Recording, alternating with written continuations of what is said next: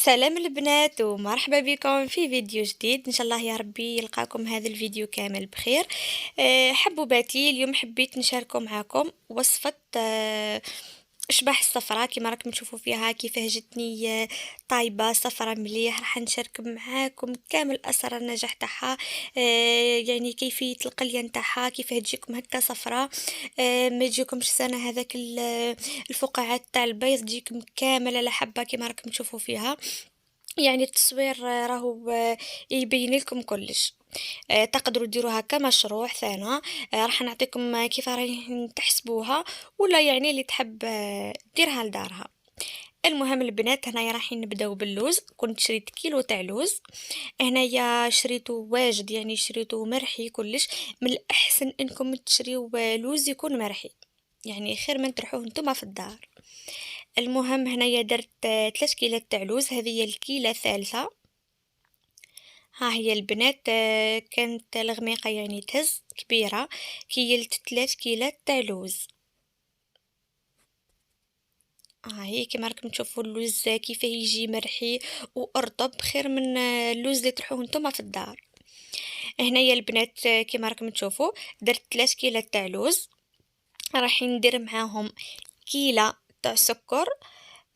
يكونوا ناقصين 2 صباع تاع السكر. هذا السكر العادي. والبنات يعني اللي تحب تكيل بالميزان، انا درت كيلو تاع لوز مع 450 غرام سكر عادي. ديما السكر نحبو نقصو.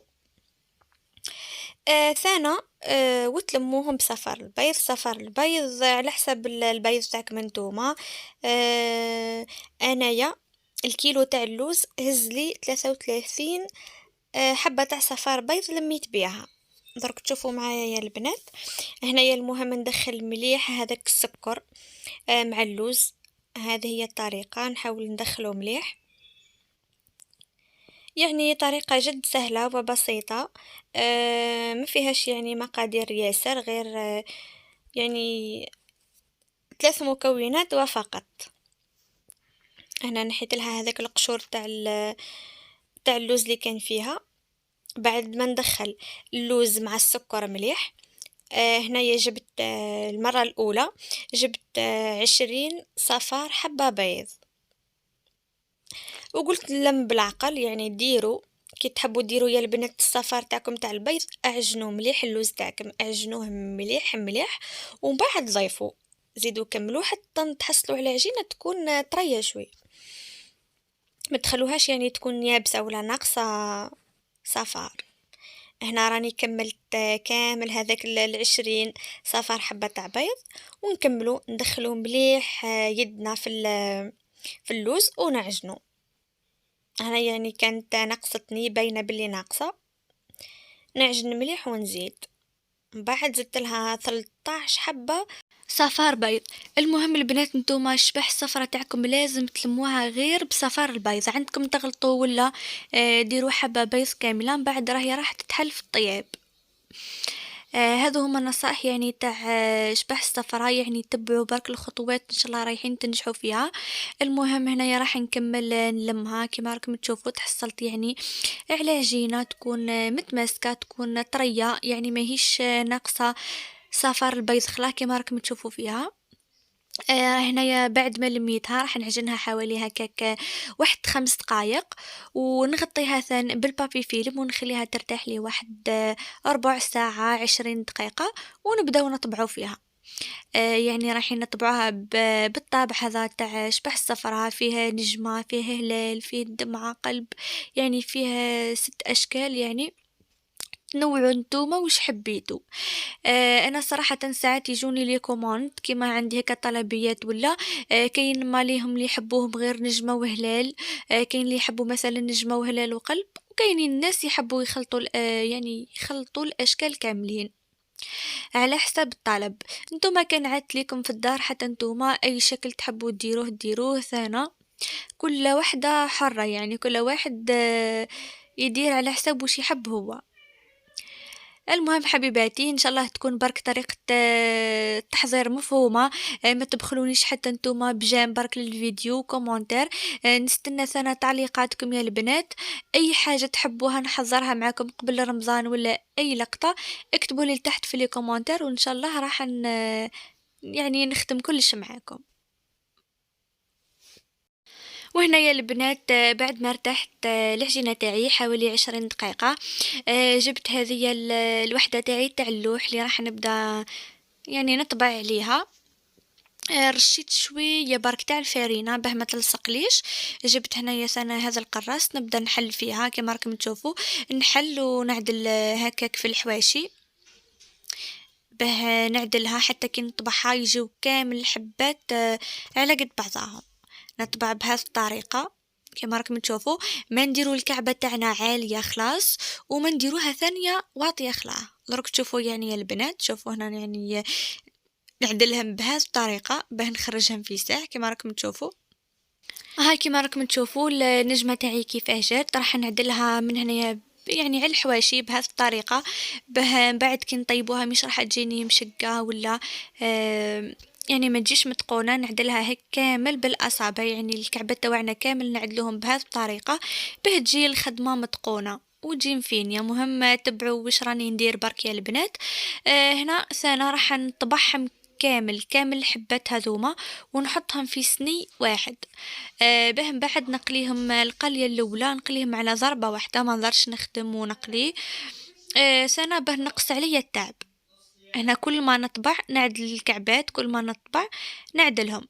سنة يا البنات في الطلبيات كل مرة تجيني طلبية زي كيما عندي كوموند راح نخدمها غير نجمة وهلال وقلب. وكاينين زبائن يحبوا يخدموا كامل الاشكال ما عندهمش بروبلام وكاينين هكا ناس يحبوا نخدموا لهم غير شكل ولا زوز فراد. انتو مثلا يعني تحبوا تخدموا الدار تاعكم ولا تحبوا تنوعوا لكم الاختيار. هما كامل يعني الاشكال هذو ما تشبح الصفرة ملاح ويزينوا لكم طاجين الحلو تاعكم. كما راكم تشوفوا يا البنات الكعبة ما جات عالية خلا وما جاتني واطية خلا. المهم ندير الحجم تاعها متوسط. ان شاء الله تكون عجبتكم الخدمه يا البنات. راني نشارك معاكم حاولت نصور لكم كلش. حاولت يعني اني نفهمكم في اي حاجه.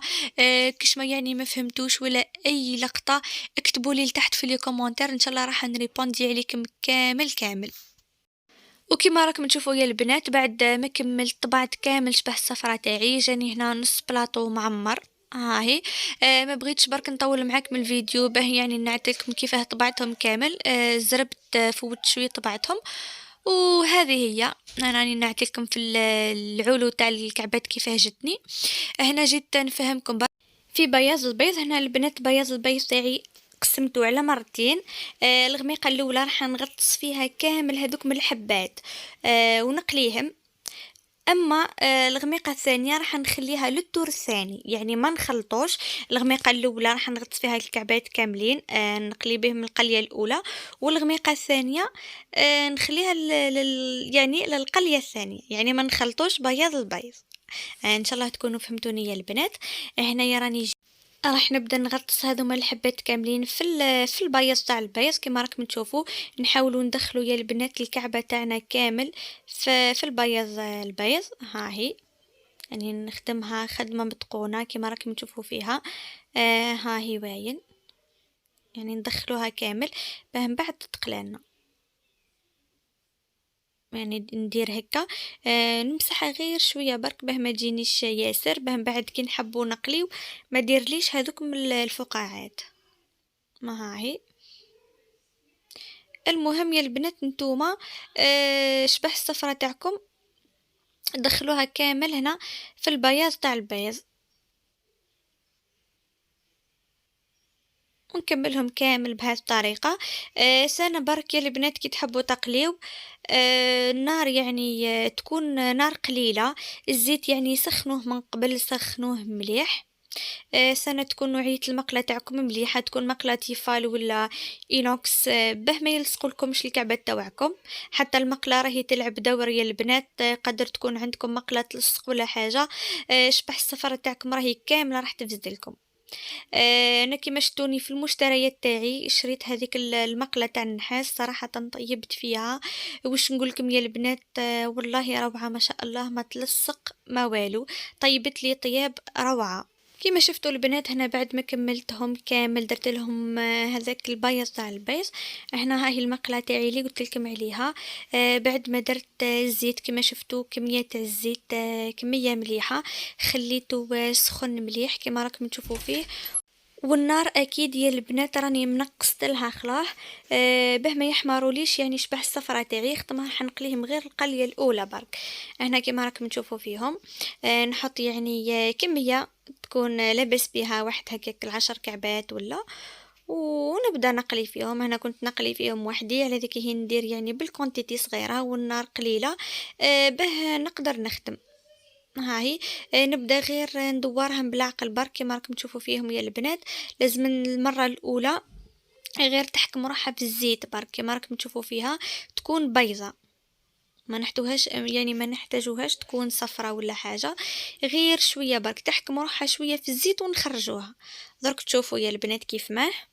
وثانية البنات بعد ما قليتهم القلية الأولى كامل، زدت عاودت رحت صفيت الزيت تاعي وعاودت غسلت المقلة. يعني هذو هما النصائح يعني، باه تنجحوا فيها، خطره من بعد في القلية الثانية لازم نحتاجو الزيت يكون نظيف، مقلة تكون حتى هي نظيفة، باه ما يجوناش هذوك الحبيبات تاع شبه الصفرة ولا سنة تجينا متقونة وتجي صفرة على الكيف. مهم كيما راكم تشوفوا بغيت نعطيكم كامل النصائح باه تنجحوا فيها وتجيك مشبح الصفرة تاعكم متقونة وما فيها حتى ديفو. وحتى كان شفتوا يا البنات في القلية الأولى تاعكم ومثلا درتوا كونتيتي كبيرة تاع شبه الصفرة، شفتوا الزيت تاعكم دار الحبيبات ولا، تقدروا انكم تصفوا الزيت تاعكم وتغسلوا المقلاة وتعاودوا تقليوا نورمال، راح تجيكم شبه الصفرة تاعكم متقونة وما فيها حتى اشكال. هنايا بعد ما قليتهم القلية الاولى كما راكم تشوفوا فيهم، جو بيض وملاح ما فيهم حتى اشكال. هنا جبت الغميقة تاعي الثانية، راح نعاود نغطس كامل شبه الصفرة تاعي في هذا البيض. ها هي الحبة تاعي كيفاه جات. انا كنت راني نقلي فيهم يا البنات، كانت اختي الصغيرة هي اللي تصور فيا. هذه هي راني راح نبدا نغطسهم غير هكا. المهم نغطس الكعبات تاعي كامل هاهم.